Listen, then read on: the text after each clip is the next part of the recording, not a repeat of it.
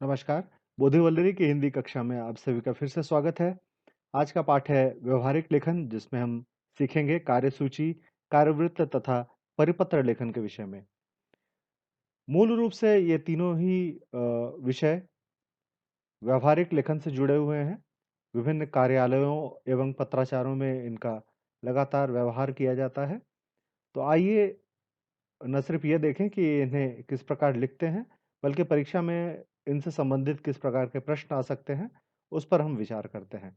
सबसे पहले शुरू करते हैं कार्यसूची से।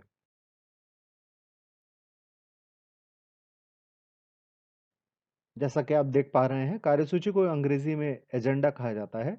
किसी भी कार्य कार्य को करने से पहले उसमें जो प्रस्तावित कार्य या चर्चाओं के बिंदु होते हैं, उनकी एक क्रमबद्ध सूची बनाई जाती है। इसे ही कार्यसूची कहा जाता है। कहने का तात्पर्य यह है कि किसी कार्यक्रम में कौन से बिंदु पर चर्चा होनी है या किस प्रकार आलोचना की जानी है, उन्हें हम कार्यसूची कहते हैं। कार्यसूची किसी भी कार्य को करने की एक योजना तैयार कराती है। इसे हम पूर्व योजना कह सकते हैं। कार्यसूची के कारण बैठक सुव्यवस्थित होता है तथा क्रमबद्ध रूप से बैठक के तय मुद्दों पर एक-एक करके बात की जाती है। यदि कार्यसूची न बनाई जाए तो फिर बैठक का समय बर्बाद हो सकता है और तरीके से बात न भी हो सकती है। अलग-अलग प्रकार की दूसरी चर्चाएँ शुरू हो सकती हैं, इसलिए कार्यसूची का निर्धारण किया जाता है। कार्यसूची के द्वारा सदस्यों को बैठक में होने वाली चर्चा हेतु तैयार किया जाता है।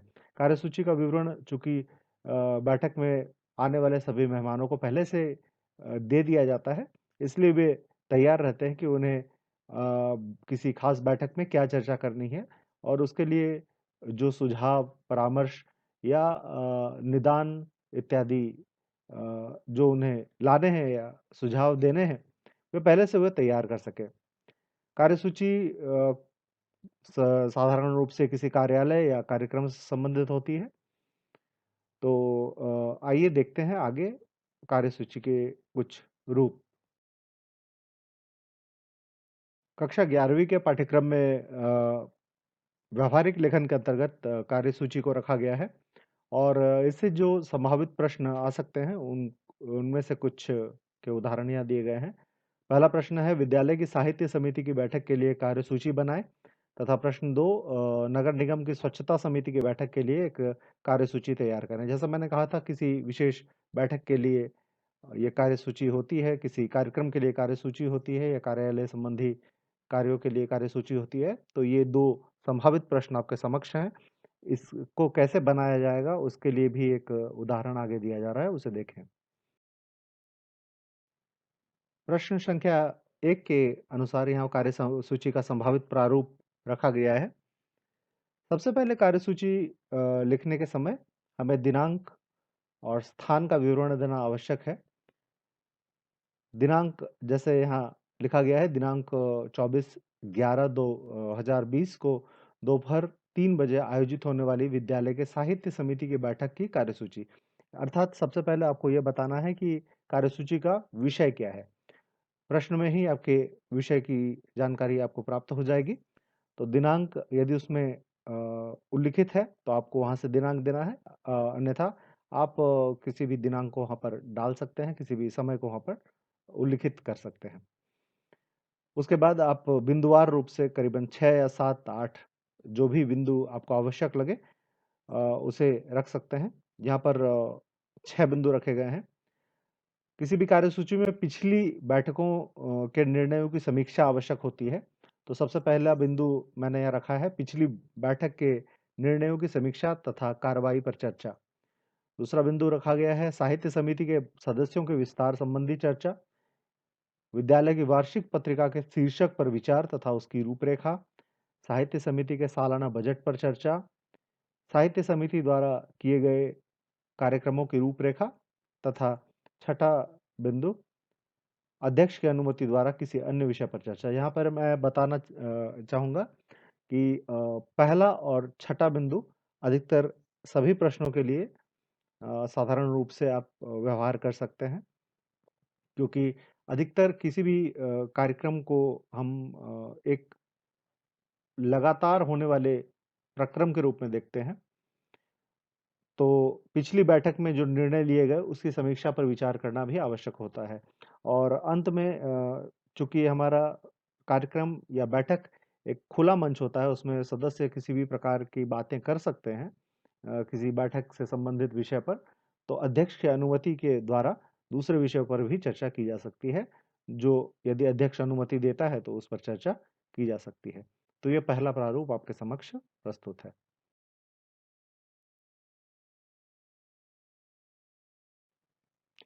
दिए गए दूसरे कार्यसूची का संभावित प्रारूप आप सबके समक्ष प्रस्तुत कर रहा हूँ। यहाँ पर भी दिनांक और समय का वर्णन किया गया है। यहाँ स्वच्छता समिति की बैठक के बारे में बात की जा रही है। पहला और छठा बिंदु जो है वह सामान्य रूप से दिखाया गया है एवं इसके अतिरिक्त और 4 बिंदु हैं। यदि स्वच्छता समिति की बैठक है तो स्वाभाविक रूप से स्वच्छता कर्मियों की जो समस्या है उन पर चर्चा की जाएगी और इसी विषय से संबंधित कुछ दूसरे विषयों पर भी बात की जाएगी, जैसे कचरा के उचित प्रबंधन तथा पुनर्चक्रण या रिसाइक्लिंग की चर्चा की गई है। स्वच्छता समिति के सालाना बजट पर चर्चा की गई है और दूसरे जो स्वच्छता संबंधी जागरूकता कार्यक्रमों की रूपरेखाएं हैं उन पर विचार किया गया है। तो कार्यसूची जब भी आप लिखें तो आपको मूल रूप से रचनात्मक होना पड़ेगा। आपको यह सोचना पड़ेगा कि उस विषय में या उस बैठक में कौन-कौन सी बातें आ सकती हैं, इस पर आपको विचार करना आवश्यक होता है। लेकिन ये पहला और छठा बिंदु आप साधारण रूप से प्रयोग कर सकते हैं। इसका ध्यान आप रखें और इसी प्रकार से आगे भी कुछ प्रश्न दिए गए हैं, उसका अभ्यास करें। कार्यसूची से जुड़े हुए कुछ और संभावित प्रश्न इस प्रकार देखे जा सकते हैं। पहला प्रश्न, विद्यालय के वृक्षारोपण महोत्सव के आयोजन के लिए एक कार्यसूची तैयार करें। प्रश्न संख्या 2, प्रदूषण मुक्ति समिति की बैठक के लिए एक कार्यसूची तैयार करें। एवं प्रश्न 3, राजभाषा समिति की वार्षिक बैठक के आयोजन के लिए एक कार्यसूची तैयार करें। जैसा कि आपने देखा था प्रारूप 1 और प्रारूप 2 में जिस प्रकार हमने चर्चाएं की थी, उसी आधार पर आप इन प्रश्नों के प्रारूप बनाएं और कार्यसूची निर्माण का अभ्यास करें, ताकि परीक्षा में आप सफलतापूर्वक इसका उत्तर लिख सकें। व्यवहारिक लेखन के संदर्भ में आज का दूसरा विषय है कार्यवृत्त। आइए इस पर भी विचार करते हैं।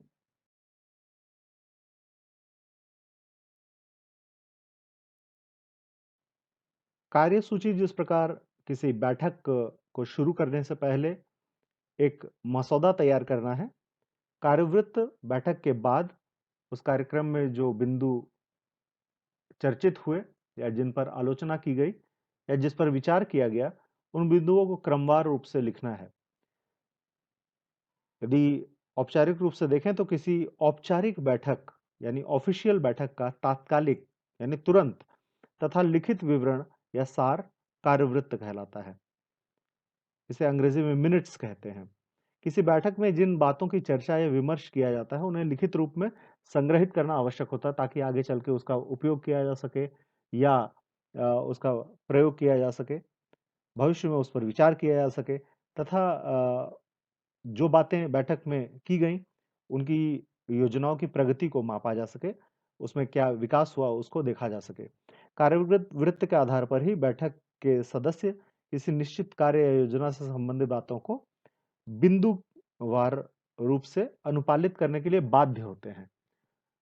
चूंकि ये लिखित रूप में होता है, अतः कोई भी बैठक में सम्मिलित व्यक्ति यह नहीं कह सकता कि वह इस बैठक में चर्चित बातों से अनभिज्ञ है और इसी के आधार पर अपने अधीन में कार्य करने वाले जो दूसरे कर्मचारी हैं, उन्हें वे आवश्यक निर्देश भी प्रदान करते हैं। जैसा मैंने पहले बताया, कार्यवृत्त को अंग्रेजी में मिनट्स ऑफ द मीटिंग कहते हैं। सबसे बड़ी बात है, कार्यवृत्त इसलिए भी आवश्यक है कि बैठक में जो चर्चा की गई महत्वपूर्ण बातें हैं, कई बार हम अ, व्यस्तता के कारण उन्हें भूल जाते हैं।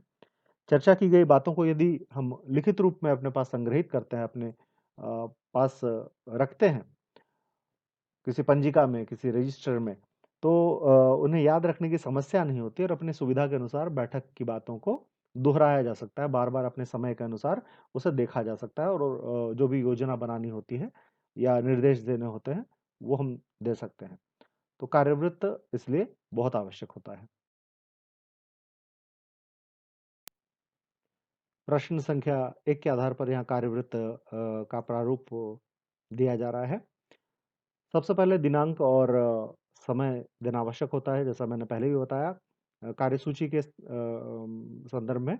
उसी प्रकार कार्यवृत्त के प्रारूप में भी आप देख सकते हैं कि दिनांक और समय देना और उसके साथ-साथ स्थान देना आवश्यक होता है।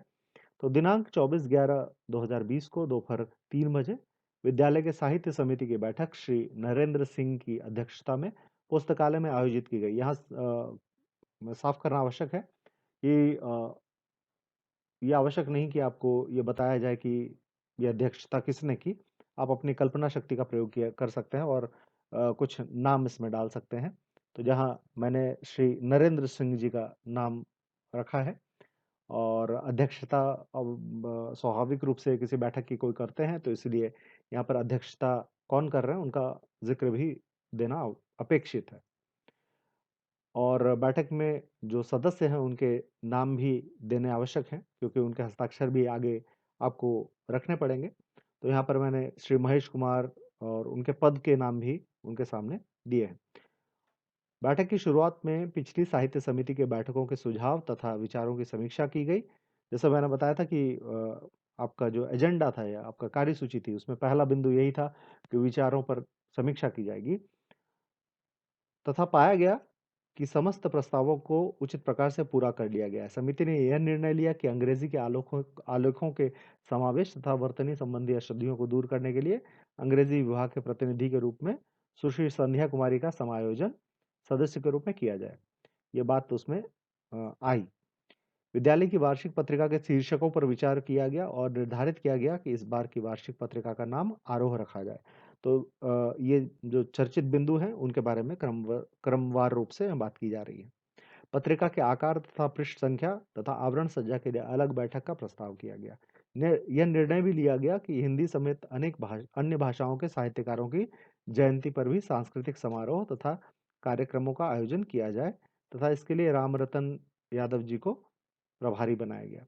समिति के सालाना बजट में 10% वृद्धि का प्रस्ताव किया गया, जिसे अध्यक्ष तथा कोषाध्यक्ष ने भी स्वीकृत किया। अंत में श्री महेश कुमार उपाध्यक्ष द्वारा धन्यवाद ज्ञापन किया गया। तो आप यहाँ देख सकते हैं कि यहाँ पर किसी भी विषय के बारे में यदि हम कार्यवृत्त लिखते हैं, तो आपको अपनी कल्पना शक्ति का प्रयोग करना पड़ेगा। बैठक में जो बातें हैं या बैठक का जो विषय है, जिसका हम कार्यवृत्त लिखने वाले हैं, उसमें कौन-कौन सी चर्चा हो सकती है। साहित्य समिति की यदि बैठक है, तो साहित्य के बारे में बातें होंगी, आलेखों के बारे में बातें होंगी, विद्यालय पत्रिका के बारे में बातें होंगी, साहित्य समिति के सदस्यों के विस्तार के बारे में बातें होंगी, नई प्रतिभाओं के खोज के बारे में बातें होंगी, इत्यादि इत्यादि इस तरह की बातें हो सकती हैं। तो आपको यह बात ध्यान में रखनी होगी, अपनी कल्पना शक्ति से इन बातों पर विचार करना पड़ेगा कि जिस समिति के विषय में बात की जा रही है या बैठक जिस विषय में बुलाई गई है, उसमें कौन-कौन सी बातें हो सकती हैं। ये अपनी कल्पनाशीलता आपको यहाँ पर दिखानी पड़ती है। ये आवश्यक है। तो आप यहाँ देख सकते हैं, इस आधार पर आप दूसरे जो कार्यवृत्त हैं, उनका भी लेखन करें और अभ्यास अवश्य करें। कार्यवृत्त लेखन में निम्न बिंदुओं का ध्यान रखना आवश्यक है। कार्यवृत्त में किसी बैठक की बातों का सार होना चाहिए, उसमें बेवजह विस्तार को स्थान नहीं देना चाहिए। कार्यवृत्त लिखते हुए बैठक में सम्मिलित समस्त सदस्यों का परिचय पदनाम के साथ लिखना आवश्यक है। उनका क्या पद है, उनके साथ उनका नाम आवश्यक है, क्योंकि बाद में उनके हस्ताक्षर लेने आवश्यक होते हैं। कार्यवृत्त की शुरुआत में दिनांक तथा बैठक के स्थान का विवरण देना आवश्यक है। इसके साथ-साथ जैसे मैंने बताया इस बैठक की अध्यक्षता कौन कर रहे थे, उसका विवरण भी अपेक्षित है। बैठक के विषय तथा अध्यक्ष का विवरण अलग से देना आवश्यक होता है। कार्यसूची में जिन बातों का उल्लेख किया जाता है, कार्यवृत्त में उन्हीं बिंदुओं को जोड़ना बहुत ज़्यादा आवश्यक है। कार्यवृत्त के अंत में धन्यवाद ज्ञापन या अगली बैठक संबंधी बातों को भी जोड़ा जा सकता है। तो कार्यवृत्त लिखने में इन बातों का अवश्य ध्यान रखेंगे आप सब। आइए आज के पाठ के अंतिम विषय की ओर चलते हैं। परिपत्र। परिपत्र लेखन किसी भी कार्यालय के लिए या सरकारी विभाग के लिए बहुत आम बात है। कार्यालय अपने कर्मचारियों या अधिकारियों से बातचीत करने के लिए या अपने संदेश को पहुँचाने के लिए, प्रेषित करने के लिए परिपत्र का सबसे ज़्यादा उपयोग करते हैं। जिस प्रकार ज्ञापन का प्रयोग किया जाता है या अनुस्मारकों का प्रयोग किया जाता है, उसी प्रकार परिपत्रों का प्रयोग किया जाता है। इसका अंग्रेजी में जो रूपांतर है उसे सर्कुलर कहते हैं। तो आइए देखते हैं परिपत्र के विषय में कुछ बातें। जैसा कि मैंने बताया, परिपत्र एक प्रकार की सूचना है या अनुदेश है जो कोई भी विभाग, सरकारी विभाग अपने अधीन आने वाले विभागों या कर्मचारियों को देता है। परिपत्र विभाग के निर्देश से संबंधित होता है और इसमें विभाग की आंतरिक एवं व्यापक जानकारी दूसरों तक पहुंचाने का कार्य किया जाता है। परिपत्र में सबसे महत्वपूर्ण नीचे हस्ताक्षर एवं पदनाम होता है। यदि उसके साथ कोई दूसरा संलग्नक यानी अटैचमेंट होता है तो इसका उल्लेख आवश्यक होता है। परिपत्र उस समय जारी किया जाता है जब सूचना बहुत से अधिकारियों या व्यक्तियों को देना आवश्यक होता है। परिपत्र के ऊपरी हिस्से में पत्र संख्या, क्रमांक एवं तिथि का उल्लेख आवश्यक है। अंत में जारी करने वाले अधिकारी के हस्ताक्षर होते हैं। अधिकतर इस विषय में हम देखें, यदि सरकारों के द्वारा यह परिपत्र जारी किया जाता है विभाग के द्वारा, तो उसके सचिवों के द्वारा ही ये हस्ताक्षर किए जाते हैं। परिपत्र लिखना स्पष्ट रूप से आवश्यक है एक शीर्षक के रूप में। भारत सरकार या राज्य सरकारों के मंत्रालय के द्वारा जो निर्गत परिपत्र है उसमें क्रमांक या पत्र संख्या तथा दिनांक के ऊपर मंत्रालय का नाम स्पष्ट रूप से अंकित करना आवश्यक है कि ये किस मंत्रालय के द्वारा ये पत्र दिया जा रहा है।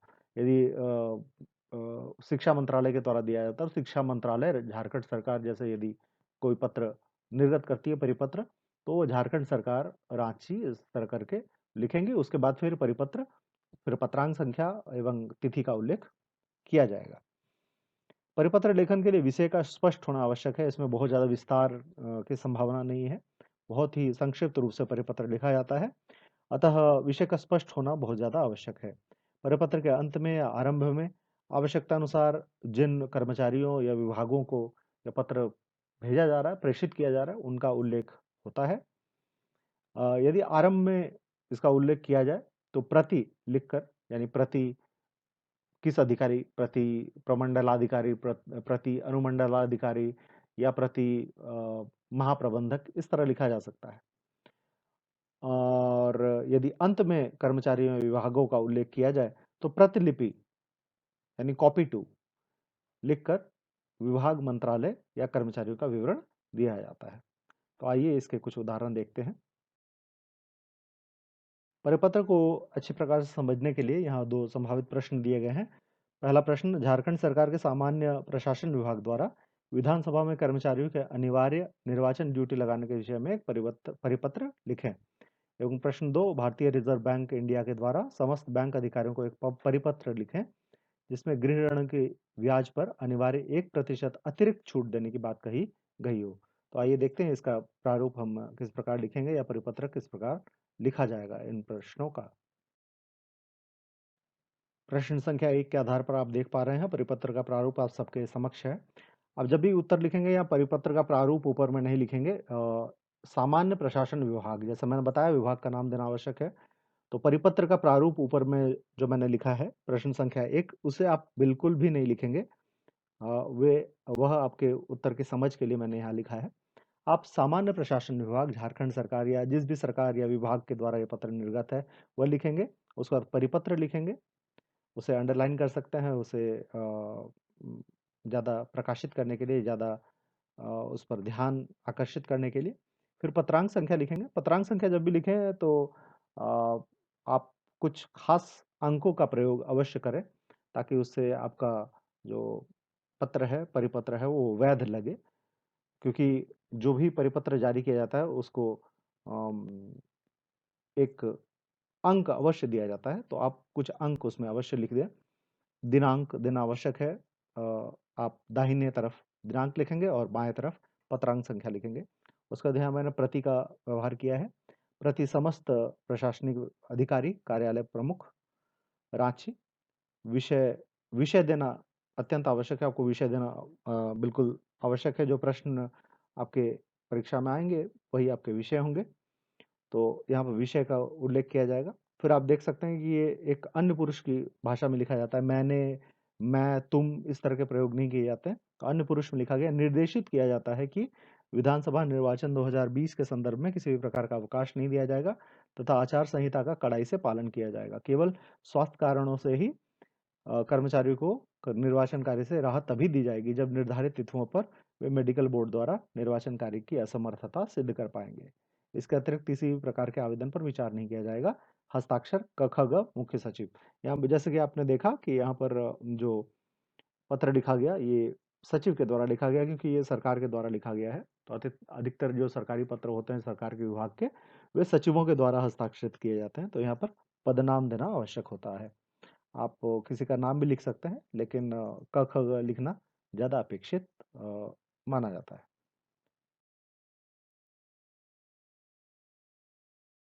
प्रश्न संख्या 2 के आधार पर आप देख सकते हैं यहाँ पर भी चूंकि रिजर्व बैंक ऑफ इंडिया के द्वारा पत्र निर्गत किया गया है परिपत्र, तो रिजर्व बैंक ऑफ इंडिया नई दिल्ली और परिपत्र लिखा गया। पत्रांक संख्या एवं दिनांक की स्थिति उसी प्रकार है।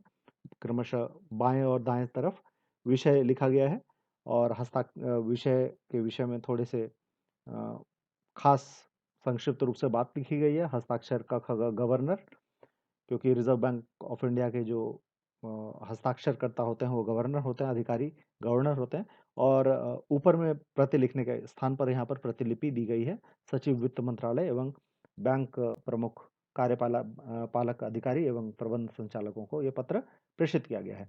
तो इस प्रकार आप देख सकते हैं कि आप प्रति से भी शुरू कर सकते हैं और प्रतिलिपि में अंत में जिन अधिकारी को सूचित करना है या जिन विभागों को आपको सूचित करना है उसके बारे में भी बात की जा सकती है। तो परिपत्र इसी प्रकार लिखे जा सकते हैं। परिपत्र के कुछ संभावित प्रश्न और आपके समक्ष दिए जा रहे हैं, इनका अभ्यास करें।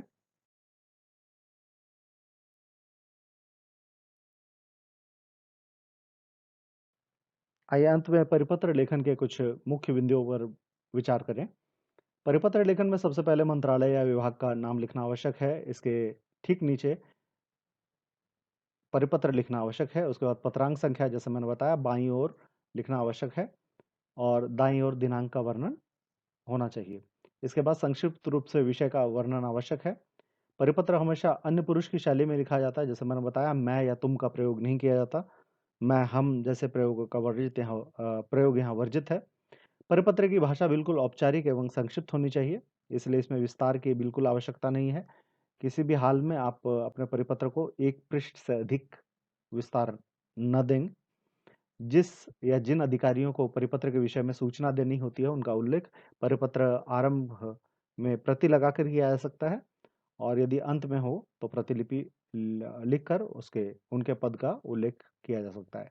परिपत्र का अंत हस्ताक्षर के साथ होता है या भवदीय, आपका विश्वासी जैसे शब्द नहीं लिखे जाते। हस्ताक्षर के नीचे अधिकारी का पद तथा आवश्यकता अनुसार पदनाम लिखा जाता है। जैसा मैंने पहले भी बताया कि भारत सरकार या राज्य सरकारों के जो पत्र होते हैं वो अधिकतर मुख्य सचिव या दूसरे प्रकार के जो सचिव होते हैं उनके हस्ताक्षरों के द्वारा निर्गत किए जाते हैं। और दूसरे विभागों में जो विभागों के अध्यक्ष होते हैं, जैसे रिजर्व बैंक के गवर्नर या डाक विभाग के महाप्रबंधक इत्यादि के हस्ताक्षर उसमें किए जाते हैं। तो आप परिपत्र लेखन में इन बिंदुओं का विचार करें और जब भी परीक्षा में प्रश्न आए तो अपनी कल्पना शक्ति का प्रयोग करते हुए इन बातों को अपने मद्देनजर रखते हुए परिपत्र लेखन करें। आज की कक्षा में इतना ही। कक्षा में सम्मिलित होने के लिए बहुत बहुत धन्यवाद। अगली कक्षा में व्यवहारिक लेखन के दूसरे बिंदुओं पर विचार करने के लिए जल्दी मिलेंगे। बहुत बहुत धन्यवाद।